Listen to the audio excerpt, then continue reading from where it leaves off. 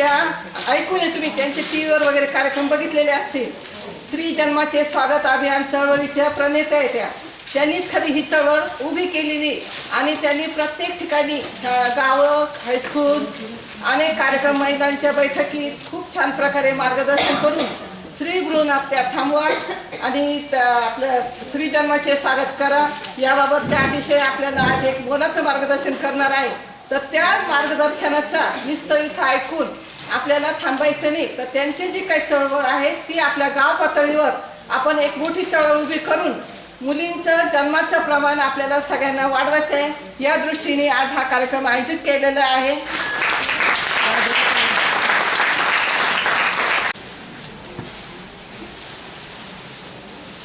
लेकीच्या माहेरासाठी माय सासरी नांदते, लेकीच्या माहेरासाठी माय सासरी नांदते, युगायुगाची कहाणी आई बहिणीला सांगते.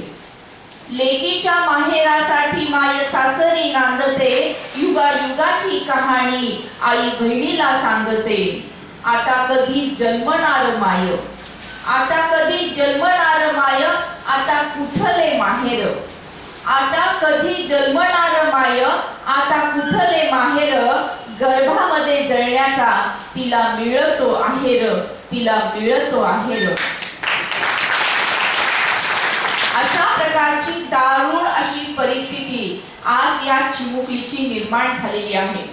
एकूण आकडेवारीचा जर आपण विचार केला तर 1991 साली भारतासारख्या सुसंस्कृत अशा देशामध्ये दरवर्षी 5 लाख मुली गर्भावस्थेत मारल्या जायच्या. ही संख्या 2001 साली 10 लाखांवर गेली आणि ही संख्या 2011 साली जवळपास 20 लाखांवर गेली आणि मागील 20 वर्षाचा आढावा जर आपण घेतला तर 1.25 कोटीपेक्षा जास्त चिमुकल्यांना आपण संपवून टाकलेलं आहे, मारून टाकलेलं आहे आणि हत्या करण्याचं महापाप आपल्याकडून घडलेलं आहे. का? तिला बोलता येत नाही, तिला वकीलपत्र देता येत नाही, तिला आईला मिठी मारून हट्ट करता येत नाही. जी चिमुकली आहे, जी आईच्या उदरात आहे, आईच्या पोटामध्ये आहे, ज्या आईच्या उदराला आपण तीर्थक्षेत्र म्हणतो की जिथे एक जीव निर्माण होतो, वाढतो, फुलतो आणि एक नवीन सृष्टी निर्माण करतो, तर अशा या आईच्या उदरामध्ये असलेल्या या जीवसृष्टीला नाहीसं करण्याचं महापाप आपण करत आहोत. आईचं उदर म्हणजे तीर्थक्षेत्र आपण म्हणतो, पण त्या तीर्थक्षेत्राला स्मशानभूमी करण्याची अत्यंत क्रूर, विकृत अशी मानसिकता आज समाजामध्ये निर्माण झालेली आपल्याला दिसतीये. ही जी चिमुकली आहे, जी आईच्या पोटात आहे, जी आईच्या उदरात आहे, ती आपल्या आईला म्हणते की आई, तुझं बाबांचं, आजींचं, आजोबांचं बोलणं काल रात्री ऐकलं मी आहे. तुम्ही सगळ्यांनी मिळून ठरवले ना की उद्या मला डॉक्टर काकांकडे घेऊन जायचंय. आई असं करू नको ग, मला डॉक्टर काकांकडे घेऊन जाऊ नको ग, ते डॉक्टर काका मोठं मोठं शस्त्र घेतील आई, माझ्या डोक्याच्या चिंध्या चिंध्या करून टाकतील ग, एवढीशी माझे हात पाय, नाजूकचं माझं सगळं शरीर आई चेंदा मेंदा करून टाकतील, तोडून टाकतील आणि गल्लीवर फेकून देतील ग, कुत्रे झडप घालतील, तोंडात पकडतील, चावतील, मारतील आणि रक्तबंबाळ झालेला माझा हा देह आई तुला पाहावला जाईल का? माझ्या शरीराची झालेली विटंबना आई तू सहन करू शकशील का? नाही आई नाही, तू हे सहन करू शकणार नाही आई, तू असं करू नको ग, मला जन्म घेऊ दे ग आई, मी तुला कसलाही त्रास देणार नाही, कसलाही हट्ट करणार नाही, मला लाडू नको, पेढी नको, करंजी नको, पुरणपोळी नको, काही गोडधोड नको ग, कालची शिळी असलेली भाकरी जरी मिळाली ना तरी चालेल ग, 2-2, 3-3 दिवस आई मी ती पुरून खाईल ग. आई आई मला नवीन कपडे नको ग, ताईचे जुने असलेले कपडे दिलेस तरी चालेल, फाटले तरी आई मी ते शिवून घालेल ग, पण आई मला तू जन्म दे ग, मला शाळेत जायचे, खूप शिकायचे, तुमच्या म्हातारपणाची काठी व्हायचे, समाज सेवा करायची, देशाची सेवा करायची, देश घडवायचा ग आई. आई आई तुला असं वाटत नाही का ग की झाशीच्या राणीचा क्रांती करण्याची उमेद माझ्यामध्ये असेल, सावित्रीबाईंसारखं शिक्षणाची ज्योत पुढे नेण्याची शक्ती माझ्यामध्ये असेल आणि आई मातृशक्तीचा आविष्कार असणाऱ्या जिजामातांचा अंश माझ्यामध्ये असेल. आई मला हे सगळं करायचंय, पण कधी तुम्हाला जन्म दिला तरच ना. वेळ नाही गेली अजून हाक देते मी तुला, वेळ नाही गेली अजून हाक देते मी तुला, फुडू नको कळी आई, खुडू नको कळी आई, देश घडवायचाय मला, देश घडवायचाय मला. अशी आर्त अशी हाक ही चिमुकली देत आहे. तशी आर्त अशी हाक ऐकून केवळ आपण भावनावश होऊन चालणार नाही, केवळ डोळ्यामध्ये अश्रू आणून चालणार नाहीये, केवळ निराश उदास हताश होऊन चालणार नाहीये, केवळ दुःख व्यक्त करून चालणार नाहीये, तर आपल्याला या दुःखाचं रूपांतर शक्तीमध्ये केलं पाहिजे, कृती कार्यक्रमामध्ये केलं पाहिजे, उपाययोजनांमध्ये केलं पाहिजे आणि त्यातून मुलीच्या जन्माचा स्वागत उत्सव निर्माण झाला पाहिजे, मुलींची संख्या वाढली पाहिजे. विचार करा, आज मुलगी जन्माला आली नाही तर उद्याची आई निर्माण होईल का? उद्याची आईच निर्माण झाली नाही तर मुलाचा किंवा मुलीचा जन्म होईल का? म्हणजे माणूस निर्माण होईल का? जिथे आई आहे तिथेच प्रेम आहे, माया आहे, ममता आहे, आपुलकी आहे, जिव्हाळा आहे. आई पहिली गुरु आहे, आई पहिली पाठशाळा आहे. एवढंच कशाला, वात्सल्य नावाच्या जागतिक विद्यापीठाची कुलगुरू कोण आहे? तर ती आई आहे. मग जिथे आईच नाही तिथे माणूस निर्माण होणार नाही, माणूस ती जिवंत राहणार नाही. मग ज्या जगामध्ये माणूस नाही, ज्या जगामध्ये माणुसकीच नाही, ते जग तरी जिवंत राहील का? ते जग सुद्धा जिवंत राहू शकणार नाहीये. म्हणजे आज जे आपण विचार मंथन करत आहोत हे केवळ मुलीला वाचवण्याचं विचार मंथन नाहीये, तर जगाला वाचवण्याचं विचार मंथन आहे. आणि या पुण्य कर्मामध्ये, या पुण्याच्या कामामध्ये, या सुविचाराच्या कृती कार्यक्रमामध्ये आपण सगळ्या अंगणवाडी ताईंनी एकत्र आलं पाहिजे, उपाययोजना केल्या पाहिजेत आणि 11 कलमी कार्यक्रम राबवला पाहिजे. काय आहे तो 11 कलमी कार्यक्रम? पहिला कलम आहे संकल्प करणे. पहिला कलम आहे संकल्प करणे. हा सुरुवातीला वैयक्तिक संकल्प केला पाहिजे की माझ्या कुटुंबामध्ये, माझ्या घरामध्ये कुठलीही स्त्री भ्रूण हत्या होणार नाही आणि प्रत्येक स्त्री जन्माचं आम्ही स्वागत करू. हा वैयक्तिक संकल्प झाला. गाव पातळीवर ग्रामसभा घेतली पाहिजे, ग्रामसभेमध्ये ठराव घेतला पाहिजे की आमच्या ग्रामपंचायतीच्या कार्यक्षेत्रामध्ये एकही स्त्री भ्रूण हत्या होणार नाही आणि प्रत्येक स्त्री जन्माचं आम्ही स्वागत करू. अशा प्रकारचा ठराव ग्रामसभेमध्ये घेण्यात यायला पाहिजे. 8 मार्च जवळ आलेली आहे. 8 मार्चला महिलांच्या ग्रामसभा अपेक्षित आहेत आणि त्या ग्रामसभेमध्ये अशा प्रकारचा ठराव आपण करून घेतला पाहिजे. हा पहिला कलम झाला. दुसरा कलम जो आहे हा परिसर अभ्यास. परिसर अभ्यास म्हणजे ज्या कार्यक्षेत्रामध्ये आपण काम करतो, ज्या गावामध्ये आपण काम करतो, त्याच्या परिसराचा आपल्याला अभ्यास झाला पाहिजे. त्या परिसरामध्ये 0 ते 6 वयोगटामध्ये किती मुलं आहेत आणि किती मुली आहेत याचा आढावा आपल्याला घेता आला पाहिजे. तो आढावा आपण दर महिन्याला घेता आला पाहिजे. आणि मुलांची संख्या अमुक अमुक आहे, मुलींची संख्या एवढी कमी झालेली आहे, हे जेव्हा आपल्याला समजतं तर जी समजलेली माहिती आहे ती आपल्या पुरती सीमित न ठेवता त्याचा एक बोर्ड करून, त्याचा एक फलक करून ग्रामपंचायतीच्या कार्यालयाच्या बाहेर आणि जिथे जिथे लोकांची संख्या येतात जातात तिथे मोठे मोठे चौक असतील, बस स्टँड असेल, रेल्वे स्टेशन असेल, तिथे ती माहितीचा फलक लावला पाहिजे. आणि त्याच्यामध्ये 0 ते 6 वयोगटामध्ये आमच्या गावामध्ये मागील महिन्यामध्ये एवढ्या मुली होत्या, या महिन्यामध्ये एवढ्या मुली आहेत, अशा प्रकारचा महिन्याचा रिपोर्ट तिथे लावला गेला पाहिजे. म्हणजे जे संकट आहे मुलींना कमी होण्याचं, मुलींची घटती संख्या आहे जे संकट आहे, हे संकट हे सगळ्या नागरिकांना समजलं पाहिजे, सगळ्या ग्रामस्थांना समजलं पाहिजे आणि त्याच्यामध्ये, त्या चळवळीमध्ये सर्व ग्रामस्थांना आपल्याला सामावून घेतलं पाहिजे. हा झाला दुसरा कलम. तिसरा कलम आहे 1 रुपयाची जादू योजना. 1 रुपयाची जादू योजना म्हणजे नेमकं काय आहे? त्याच्यामध्ये ग्रामपंचायतीच्या कार्यक्षेत्रामध्ये असलेल्या प्रत्येक घराचा सहभाग घेण्यासाठी, प्रभावी लोक सहभागासाठी 1 रुपयाची जादू योजना ही आपल्याला सुरू करायची आहे. तर कशी सुरू करायची? जर ग्रामपंचायतीच्या कार्यक्षेत्रामध्ये जर मुलीचा जन्म झाला तर प्रत्येक घराने तिच्या नावाने भविष्य निधी म्हणून 1 रुपया द्यायचा आहे. समजा कुठल्या अंगणवाडीच्या कार्यक्षेत्रात किंवा कुठल्या ग्रामपंचायतीच्या कार्यक्षेत्रामध्ये समजा 200 घरं आहेत, तर 200 घरं असतील तर प्रत्येक घराने 1 रुपया दिला तर किती रुपये होतील जमा?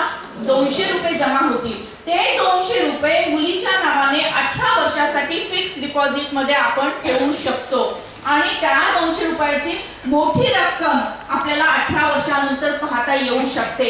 आणखीन एक याच्या सोबतच एक योजना आहे, त्याला लखोपती योजना असं म्हटलं जातं. तर काय आहे ही लखोपती योजना? तर समजा एखाद्या ग्रामपंचायतीमध्ये 500 घरं आहेत आणि या 500 घरामध्ये जन्माला येणारी मुलगीचं लखोपती आपल्याला करायची असेल तर प्रत्येक घराला 20 रुपये द्यायला लागतील. 20 रुपये गुणिले 500 म्हणजे 10,000 रुपये होतील. आणि हे 10,000 रुपये जेव्हा आपण फिक्स डिपॉझिट मध्ये 18 वर्षासाठी ठेवू तेव्हा त्याचे 1 लाख रुपये होतात. म्हणजे अशा रीतीने लोकसहभागाच्या माध्यमातून आपल्याला आपल्या गावामध्ये जन्माला येणारी प्रत्येक मुलगी ही लखोपती होईल.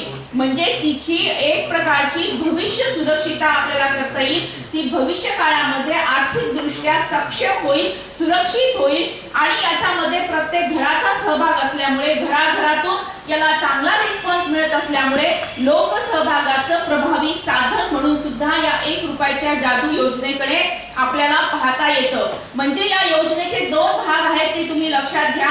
पहिला भाग म्हणजे मुलीच्या जन्माच्या स्वागतासाठी प्रत्येक घरातून 1 रुपया जमा करायचा.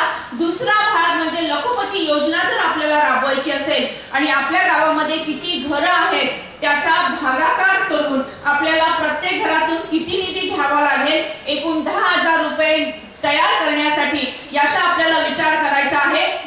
मी तुम्हाला 500 घरांचं उदाहरण दिलं तर 500 घरांमधून जर आपल्याला 10,000 रुपये जमा करायचे असतील तर प्रत्येक घरातून 20 रुपये घ्यायला लागतील. आणि 20 रुपये प्रत्येक घराने दिले तर प्रत्येक मुलगी ही 18 वर्षानंतर लखोपती होऊ शकते. याच्यामधून 3 संस्कार झाले. याच्यामध्ये प्रत्येक घराचा सहभाग निर्माण झाला. दुसरी गोष्ट, घरामध्ये ज्येष्ठ नागरिक आहेत, तरुण वर्ग आहेत, लहान मुलं आहेत, त्यांना मुलीच्या जन्माचं स्वागत करण्याची एक प्रकारची सवय लागणार आहे. सवयीतून संस्कार होणार आहे. आणि तिसरं म्हणजे मुलीच्या जन्माचं भविष्य हे सुरक्षित राहणार आहे. तर अशा प्रकारचा आपल्याला 1 रुपयाची जादू योजना राबवणं हा आपला 3रा कलम झाला. 4था कलम आहे की ज्यांच्या कुटुंबियांमध्ये फक्त मुली जन्माला आलेल्या आहेत अशा मुलींच्या परिवारांचं आपल्याला सर्टिफिकेट देऊन योग्य तो जाहीररित्या सन्मान करता आलं पाहिजे. छोट्या गावामध्ये तुम्ही अनुभव घेतला असेल की ज्यांच्या कुटुंबामध्ये फक्त मुली आहेत त्यांना हळदी कुंकवाला बोलवलं जात नाही, विवाह समारंभामध्ये बोलवलं जात नाही, डोहाळ जेवणाला बोलवलं जात नाही. आणि अशी एक अंधश्रद्धा आहे की तुम्ही जर म्हणजे तो कुटुंब जर आपल्या समारंभाला आला, त्याची सावली जर आपल्या कुटुंबावर पडली तर आपल्याला ही मुलीच होतील, अशी एक प्रकारची गैरसमजूत समाजामध्ये आहे. ही गैरसमजूत आपल्याला बदलायची आहे, समजुतीमध्ये बदलायची आहे. आणि फक्त मुली असलेल्या परिवारांचा सन्मान आपल्याला सर्टिफिकेट देऊन करायचा आहे. आणि तो सन्मान आज आपण इथे सुद्धा करणार आहोत. इथे कोण भाग्यवंत परिवार आहेत की ज्यांच्या कुटुंबामध्ये फक्त मुली आहेत असे हात वर करा. या सगळ्यांसाठी आपण जोरात टाळ्या वाजवूयात. यांचा आपण उचित सन्मान थोड्या वेळाने करणार आहोत. हा झाला 4था कलम. नंतर 5वा कलम आहे की मुलगीच आहे पंटी, दोन्ही घरी उजेड देती. समाजामध्ये 2 गैरसमज आहेत. एक गैरसमज की मुलगा हाच वंशाचा दिवा आणि मुलगी म्हणजे पराया धन. खरं म्हणजे विज्ञान काय सांगतं ते विचार करा. अगर मुलाचा जन्म घ्यायचा असेल तर कोणाच्या पोटी घ्यावा लागतो? आईच्या पोटी घ्यावा लागतो. जर आईच नसेल तर मुलगा किंवा मुलगी जन्माला येऊ शकते का? नाही येऊ शकत. मग कोण झालं वंशाचा दिवा? मुलगी झाली वंशाचा दिवा. म्हणूनच म्हणते आता तरी विचार करा. म्हणूनच म्हणते आता तरी विचार करा. वंशाचा दिवा खरा कोण तुम्ही ओळखा. म्हणूनच म्हणते आता तरी विचार करा. वंशाचा दिवा खरा कोण तुम्ही ओळखा. पंटीनेच पुन्हा दिवा प्रज्वलित होतो. पंटीनेच पुन्हा दिवा प्रज्वलित होतो.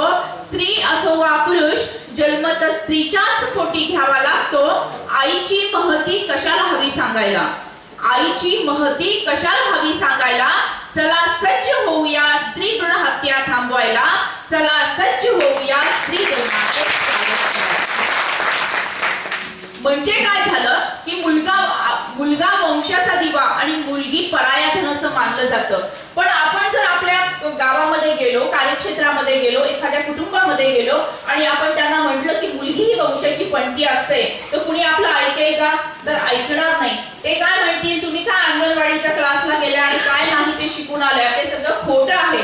आम्ही कितीतरी उन्हाळे पावसाळे जास्त पाहिलेले आहेत, आम्हाला जास्त अनुभव आहे, आम्ही सांगतो तेच खरं, म्हणजे मुलगा हाच वंशाचा दिवा असं ठासून घराघरातून उत्तर येईल. तर त्याला आपण एक उत्तर शोधलेलं आहे, त्याला आपण एक शुगर कोटेड गोळी आपल्याला द्यायची आहे. म्हणजे सत्य कडू आहे पण ते सत्य आपल्याला त्यांना सांगायचे, पण गोड गोड बोलून सांगायचंय. मग आपण कसं बोललं पाहिजे की ठीक आहे मुलगा वंशाचा दिवा असेल तो मुलगी पराया धन नाही, ती वंशाची पणती आहे. अशा प्रकारचं प्रबोधन करून आपल्याला लोकांची मानसिकता बदलायची आहे आणि हळूहळू त्यानंतर त्यांना खरं विज्ञान समजून सांगायचं आहे आणि हे पटवून द्यायचं आहे की मुलगीच दोन्ही घरांना उजेड देत असते, सासर माहेर या दोन्ही घरांना प्रकाश देत असते. अशा प्रकारचं वातावरण आपल्याला निर्माण करता येऊ शकतं. दुसरा एक मोठा गैरसमज समाजामध्ये आहे आणि तो गैरसमज म्हणजे कुटुंबामध्ये जर मुलाचा जन्म झाला नाही तर दोष हा आईला दिला जातो. हे किती चुकीचं आहे हे विज्ञान आपल्याला समाजाला समजून सांगता आलं पाहिजे. आपल्याकडे जी माहिती पत्रिका तुम्हाला मी दिलेली आहे त्याच्यामध्ये एक चार्ट आहे XX आणि XY चा. आईकडे X आणि X असे दोन गुणसूत्र असतात, वडिलांकडे X आणि Y असे दोन गुणसूत्र असतात. आईकडून X आला, वडिलांकडून X आला, दोन X झाले, कोणाचा जन्म झाला? मुलीचा जन्म झाला. आईकडून X आला, वडिलांकडून Y आला, XY झाले, कोणाचा जन्म झाला? मुलाचा. म्हणजे मुलाचा जन्म होण्यासाठी कुठलं गुणसूत्र आवश्यक आहे? Y गुणसूत्र आवश्यक आहे. Y गुणसूत्र कोणाकडे आहे? म्हणजे दोष कोणाकडे गेला आणि त्रास कोणाला होतो? म्हणजे हे जे विज्ञान आहे हे समाजातल्या प्रत्येक घटकाला आपल्याला समजून सांगता आलं पाहिजे. आज ग्रामीण भागामध्ये हे विज्ञान माहिती नाही आणि शहरी भागामध्ये हे विज्ञान माहिती असून सुद्धा कळतं पण वळत नाही, अशी परिस्थिती निर्माण झालेली आहे. कुटुंबामध्ये मुलाचा जन्म झाला नाही तर दोष हा आईचा नाही. माझ्या मते वैयक्तिकरित्या जर तुम्ही मला विचारलं तर मी असं म्हणेल की दोष हा आई आणि वडिलांचा दोघांचाही नाही, ती निसर्गाची किमया आहे की मुलगा किंवा मुलगी जी जन्माला येते या दोघांचंही तेवढंच आपण आनंदाने स्वागत केलं पाहिजे. आणि याच्यामध्ये हे समजून सांगताना एक छोटीशी कविता मला सुचली 2006 साली. ती अशी आहे, कवितेचं नाव आहे तो आणि ती. कवितेचं नाव आहे तो आणि ती. तो म्हणजे पुरुष आणि ती म्हणजे स्त्री. तो मंत्र असेल तर ती पूजा आहे. तो मंत्र असेल तर ती पूजा आहे. ती आरती असेल तर तो प्रसाद आहे. तो मंत्र असेल तर ती पूजा आहे. ती आरती असेल तर तो प्रसाद आहे. तो माणूस असेल तर ती माणुसकी आहे. तो संस्कार असेल तर ती संस्कृती आहे. तो मेंदू असेल तर ती बुद्धी आहे. तो विचार असेल तर ती कृती आहे.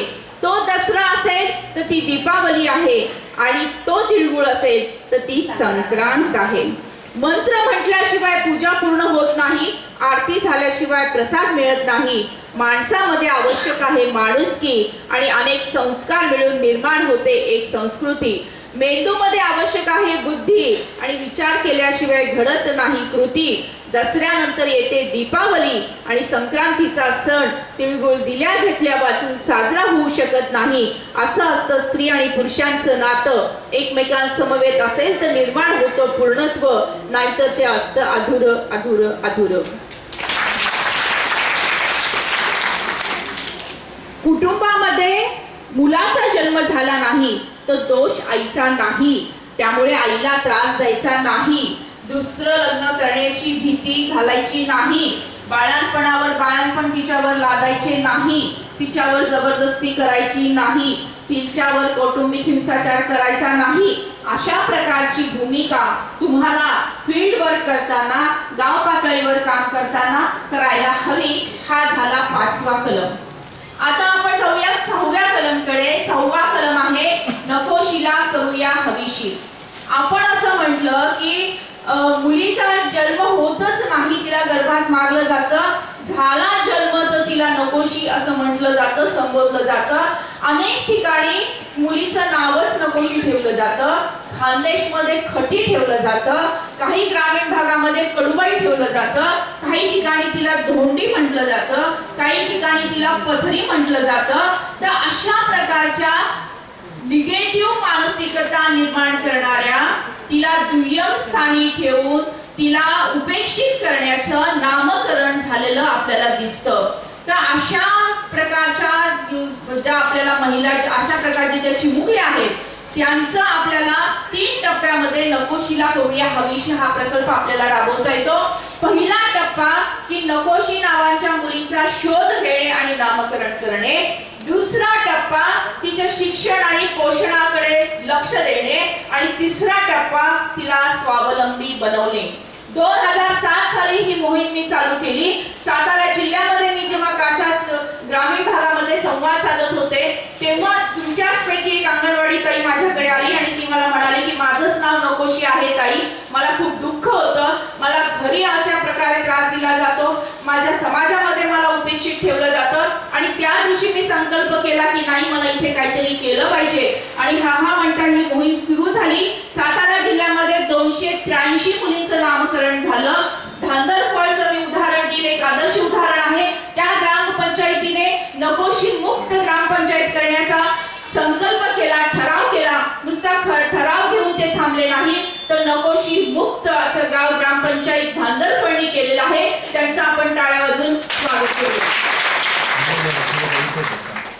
आणि त्यानंतर 6वा कलम झाला. आता 7व्या कलमवर आपण येऊया. 7वा कलम म्हणजे तरुण पिढीचा सहभाग आपण घेतला पाहिजे. तरुण पिढीचा सहभाग आणि शालेय विद्यार्थी-विद्यार्थिनींचा सहभाग या 2 गोष्टी या 7व्या कलम मध्ये येतात. त्यातले 2 भाग आहेत. पहिला भाग म्हणजे आपल्याला छोट्या बालक बालिकांचा सहभाग कसा घेऊ शकतो. तर इयत्ता 5वी पर्यंतच्या विद्यार्थ्यांसाठी आपण एक गोष्ट सांगा स्पर्धा घ्यायची आहे आणि त्याचा विषय ठेवायचा आहे माझी आई. 5वी ते 10वीच्या विद्यार्थ्यांसाठी आपल्याला निबंध स्पर्धा घ्यायची आहे आणि त्याचा विषय द्यायचा आहे माझी ताई. कॉलेजमध्ये जाणाऱ्या विद्यार्थी-विद्यार्थिनींसाठी आपल्याला वक्तृत्व स्पर्धा घ्यायची आहे आणि त्याचा विषय असणार आहे मी हुंडा घेणार नाही, मी हुंडा देणार नाही. अशा प्रकारे आपल्याला विद्यार्थी दशेतील युवकांचा, युवतींचा सहभाग आपल्याला या चळवळीमध्ये घ्यायचा आहे. आणि दुसरं की या तरुण पिढीचा सहभाग घेत असताना NSS आहेत, NCC आहेत किंवा नेहरू युवा केंद्र आहेत, अशा प्रकारचे अनेक प्रकारची तरुण मंडळ आहेत, गणेश मंडळ आहेत, त्यांना सुद्धा या चळवळीमध्ये आपल्याला सामावून घेता आलं पाहिजे. हा झाला 7वा कलम. त्यानंतरचा 8वा कलम आहे 8वा फेरा स्त्री जन्माच्या स्वागताचा. विवाह सोहळ्यामध्ये आपण सप्तपदी घेतो. काय असते ती सप्तपदी? ती सप्तपदी म्हणजे वधू आणि वरांनी एकमेकांना दिलेली सहजीवनाची वचनं असतात. सुखामध्ये दुःखामध्ये आम्ही एकमेकांना साथ देऊ, दोघांचं मिळून कसं जीवन आनंदी होईल यासाठी प्रयत्न करू, अशा प्रकारची वचनं म्हणजे 7 फेरे असतात. त्यात एक 8वा फेरा आपण जोडलेला आहे आणि तो 8वा फेरा म्हणजे 8वा फेरा स्त्री जन्माच्या स्वागताचा. त्याचा मंत्र असा आहे की लेका एवढीच लेख ही भारी, लेका एवढीच लेख ही भारी, हाच संदेश घरोघरी. लेका एवढीच लेख ही भारी, हाच संदेश घरोघरी. 8वा फेरा घेऊया, स्त्री जन्माचे स्वागत करूया, स्त्री जन्माचे स्वागत करूया.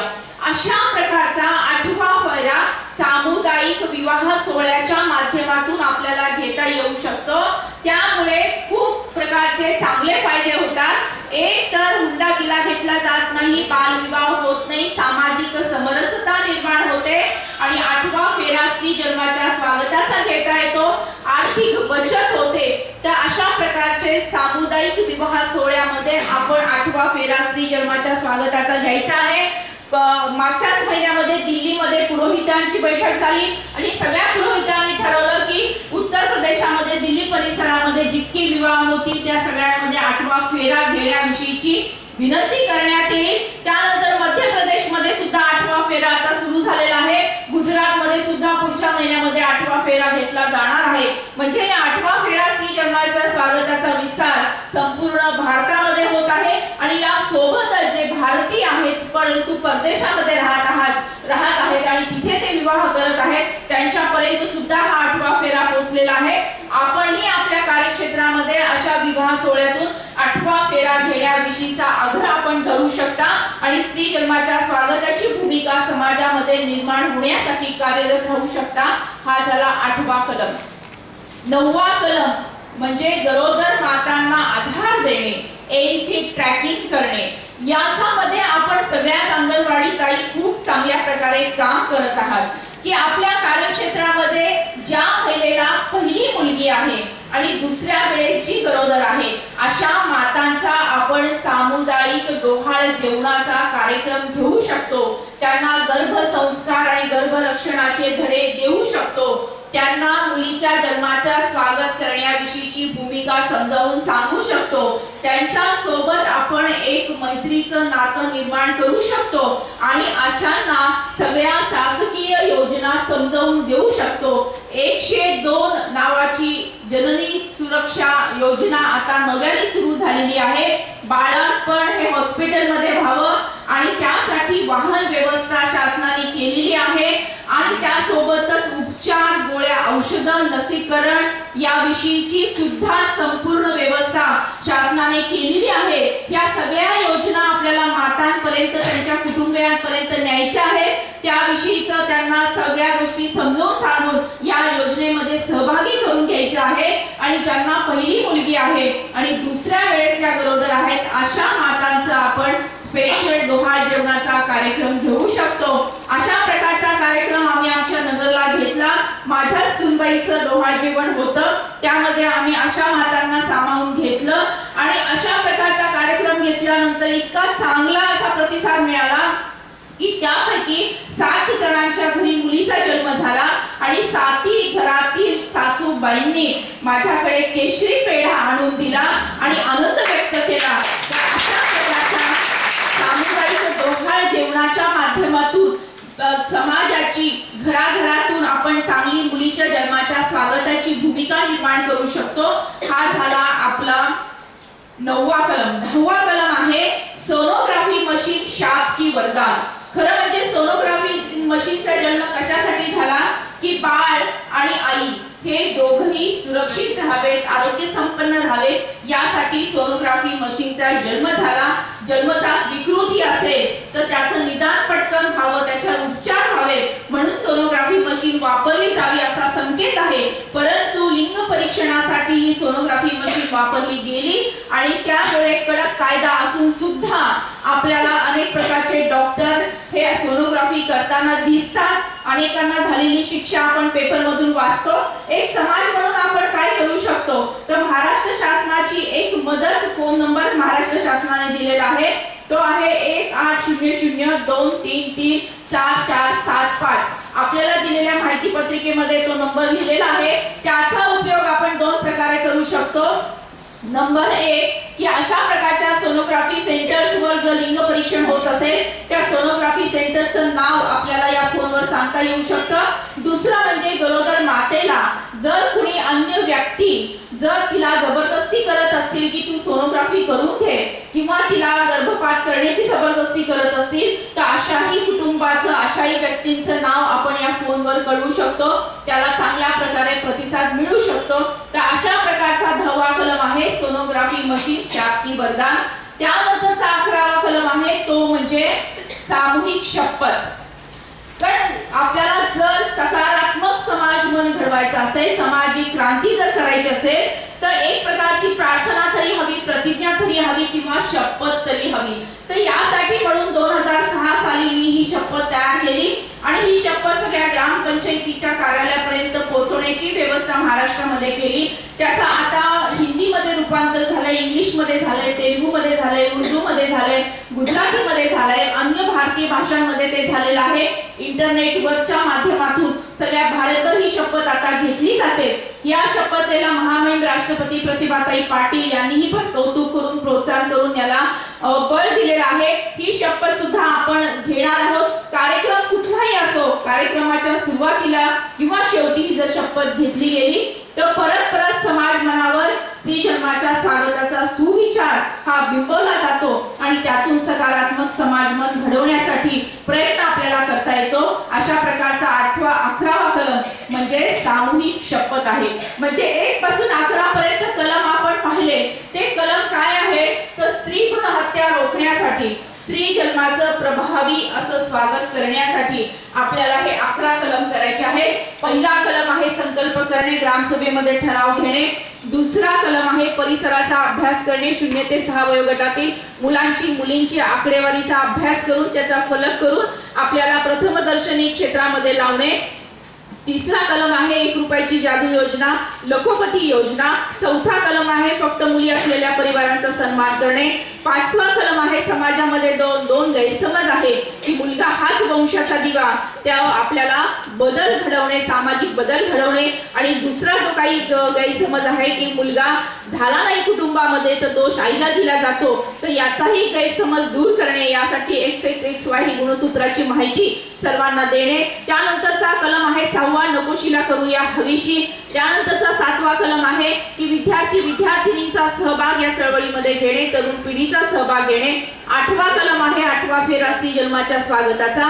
9वा कलम आहे गरोदर मातांना आधार, सामूहिक डोहाळ जेवण, गर्भरक्षणाचे धडे. 10वा कलम आहे सोनोग्राफी मशीन, शासकीय वरदान. आणि 11वा कलम आहे सामूहिक शपथ.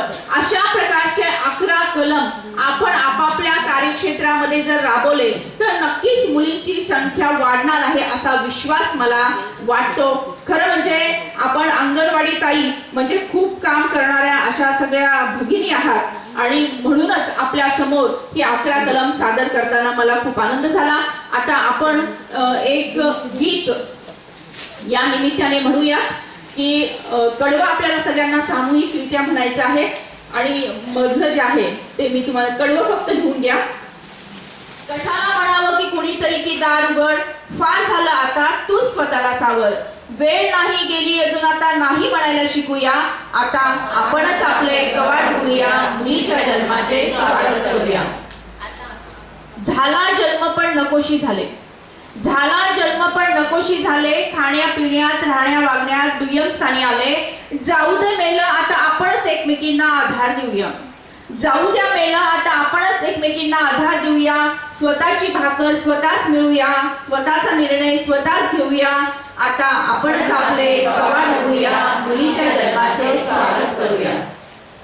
त्यासाठी म्हणे शिकावं लागेल, त्यासाठी म्हणे शिकावं लागेल. वेळ कसा मिळणार, शाळेत कधी जाणार, चुली पुढे बसणार की कामावर जाणार. त्यासाठी म्हणे शिकावं लागेल. वेळ कसा मिळणार, शाळेत कधी जाणार, चुली पुढे बसणार की कामावर जाणार. तरी पण आपण हट्ट धरूया, तरी पण आपण हट्ट धरूया. मुद्दाम शाळेची वाट पकडूया, आपली अंगणवाडीची हाक ऐकूया. आता आपणच आपले कवाड उघडूया, मुलीच्या जन्माचे स्वागत करूया. अगं बाई झाली की मी मोठी, अगं बाई झाली की मी मोठी. आरसा कसा बोलतोय बाई, गालावर लालीन ओठावर हसू. लग्नाची झाली तयारी सुरू, लग्नाची झाली तयारी सुरू. बालविवाहाला नकार देऊया, बालविवाहाला नकार देऊया. योग्य वयातच भोल्यावर चढूया. लग्नात 8व्या फेराचा मान देऊया. आता आपणच आपले कवाड उघडूया, मुलीच्या जन्माचे स्वागत करूया. खावे वाटे मला आंबट चिंबट, खावे वाटे मला आंबट चिंबट. कसंच होतंय मला आजकाल, मधूनच मळमळ मधूनच खाव खाव, मधूनच मळमळ मधूनच खाव खाव. सगळ्यांची नजर आहे माझ्यावर. वंस म्हणतात काहीतरी बातमी नक्की दिसते, वंस म्हणतात काहीतरी बातमी नक्की दिसते. दादाला विचारू का, वहिनी तूच मला सांगतेस. सासूबाईंची नजर थोडी वेगळी, सासूबाईंची नजर थोडी वेगळी. कधी कौतुक तर कधी काळजी, तर कधी वेगळंच काही. डोळे मोठे केले त्यांनी बाई, करतात मला सोनोग्राफीची घाई. डोळे मोठे केले त्यांनी बाई, करतात मला सोनोग्राफीची घाई. सोनोग्राफीला ठामपणे नकार देऊया, सोनोग्राफीला ठामपणे नकार देऊया. आता स्वतःचे निर्णय स्वतः घेऊया, मुलीच्या जन्माचे स्वागत करूया. आता आपणच आपले कवाड उघडूया, मुलीच्या जन्माचे स्वागत करूया.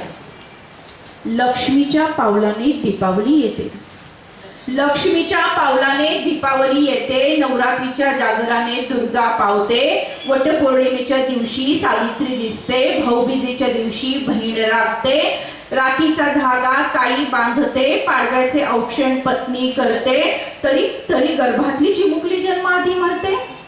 लक्ष्मीच्या पावलाने दीपावली येते, नवरात्रीच्या जागराने दुर्गा पावते, वटपौर्णिमेच्या दिवशी सावित्री दिसते, भाऊबीजेच्या दिवशी बहीण लागते, राखीचा धागा ताई बांधते, पाडव्याचे औक्षण पत्नी करते, तरी तरी गर्भातली चिमुकली जन्माआधी मरते. नको नको नको हे सगळं आता कायमचे थांबूया. नको नको नको हे सगळं आता कायमचे थांबूया. मुलीच्या जन्माचे स्वागत करूया. आता आपण मुलीच्या जन्माचे स्वागत करूया. आता आपण कवाड उघडूया, मुलीच्या जन्माचे स्वागत करूया. आनंदाच्या वनभुवनातुनी, आनंदाच्या वनभुवनातुनी रडूया नवजीवना. मायले घरासाठी आली अंगणवाडी योजना. मायले घरासाठी आली अंगणवाडी योजना. माता होणे भाग्यसे जरी नारी जातीचे, सूत्र करण्याचे शंभर गौरव हवे कशाला, शंभर गौरव हवे कशाला, कलंक हा मातांना. मायले घरासाठी आली अंगणवाडी योजना. मायले घरासाठी आली अंगणवाडी योजना. गर्भवतीची माऊली चिंता स्वसतया ठेवून, उपचारा सवसत तयांना केंद्रावर नेऊन. माय निरोगी बाळ निरोगी, माय निरोगी बाळ निरोगी, सुखवूया सगळ्यांना. मायले घरासाठी आली अंगणवाडी योजना. मायले घरासाठी आली अंगणवाडी योजना. आपले प्रश्न विचारायचे आहेत. आपण या संगमनेर तालुक्यातील सर्व भगिनी आहात आणि आपण आपल्या कुणी कुणी नकोशी नावाची मुलगी पाहिली किंवा ऐकली आहे? हात वर करा. 1 2 3. ताई पुढे या. तिला म्हणजे त्याच्या मुलीला मुलगी झाली होती, त्यांनी नकोशी नाव ठेवलं होतं. मग मी ते त्या म्हणजे बाबळेगाव असं नेवाशा तालुक्यात बाबळेगाव आहे, तिथे गेले. मग मी त्या अंगणवाडीत गेले. त्या अंगणवाडी कार्यकर्ते संघ मी संपर्क साधला आणि मग तिला बोलावून माझ्या मामाच्या सुनेला बोलावलं आणि त्या मुलीला अंगणवाडीत नेलं. तिला 3 मुली होत्या. ती तिसरीचं नाव नकोशी ठेवलं होतं. मग त्या नावानं हसरी ठेवली. हसरी नीट सांगा ना. हसरी नाव ठेवलं. असं नाव ठेवलं. कडे एक नकोशी म्हणून आम्ही तिचं नाव आहे ना स्वरदा ठेवलं. त्याच्यानंतर मॅडमच्या हस्ते तिचा सत्कार करण्यात आलेला आहे. माझे मिस्टर मला म्हटले का तुला पहिली मुलगा झाला तरच मुलगी झाली तरच तुला नांदायला नेईल म्हणून. तर मी देवाकडे नवस केला का देवा मला पहिली मुलगी दे. आम्ही दोघांनी पण नवस केला का आम्हाला मुलगीच दे म्हणून, कारण आमच्या घरामध्ये मुलगी नाही आहे ना, 6 भाऊ आहेत म्हणून. मग नंतर आहे ना पहिली मुलगी झाली तर ती मला न्यायला आली. मग परत दुसरी मुलगी झाली, तो नवस काही फेडलाच नाही. परत 3 वेळेस आहे ना बरोबर आले. आणि नंतर मग आहे ना आई म्हटली अगं म्हणे आता कशाला हे करते. म्हटलं मुलगी जर झाली तर मी तुला देऊन टाकेल म्हणे. आई म्हणली हो चालेल म्हणून दे. आणि 3ऱ्या वेळेस मुलगी झाली तर मी यांना काय म्हटले का तुम्ही आहे ना नवस फेडला नाही म्हणून आपल्याला 3री पण मुलगी झाली. आई म्हणायला लागली मला दे, तर मी काही दिलंच नाही. आता ती मुलगी माझी 10वीला आहे आणि खूप सुंदर आहे ती आणि तिचं नाव तेजल ठेवलेलं आहे. शिकायला रमेश कोल्हे, अंगणवाडी गावळी असती. तर माझ्या मॅडम सौ गायकवाड मॅडम या आहे सुपरवायझर. तर मला सुद्धा 9 वर्षांनी मुलगी झाली. तर सगळ्यांना वाटायचं मला मुलगा व्हावा, कारण 9 वर्षांनी झालं त्याच्यामुळं. तर मुलगी झाली, मला इतका आनंद झाला. माझ्या मिस्टरांना सुद्धा इतका आनंद झाला. आईला सुद्धा वाटायचं एवढ्या वर्षातून झालं सगळ्यांना वाटायचं हिचा वंशाचा देव एकदा तरी म्हणजे मुलगाच होईल हिला, सगळ्यांना असंच वाटायचं. पण मला मुलगी झाली किती आनंद झाला. मला असं वाटलं का माझ्या पोटी धनच जन्माला आलं आणि मी तिचं नाव धनश्रीच ठेवलं. माझ्या आईला सुद्धा नंतर मी आज समजून सांगितलं इतका आनंद झाला. माझ्या पण माझ्या मुलीचं नाव मी धनश्रीच त्यांनी पुढे ठेवलं. करायचंय आणि डोळे बंद करून आपल्या डोळ्यासमोर भारत मातेचं चित्र आपल्याला आणायचं आहे आणि माझ्या पाठीमागे उंच आवाजामध्ये ही शपथ आपल्याला घ्यायची आहे.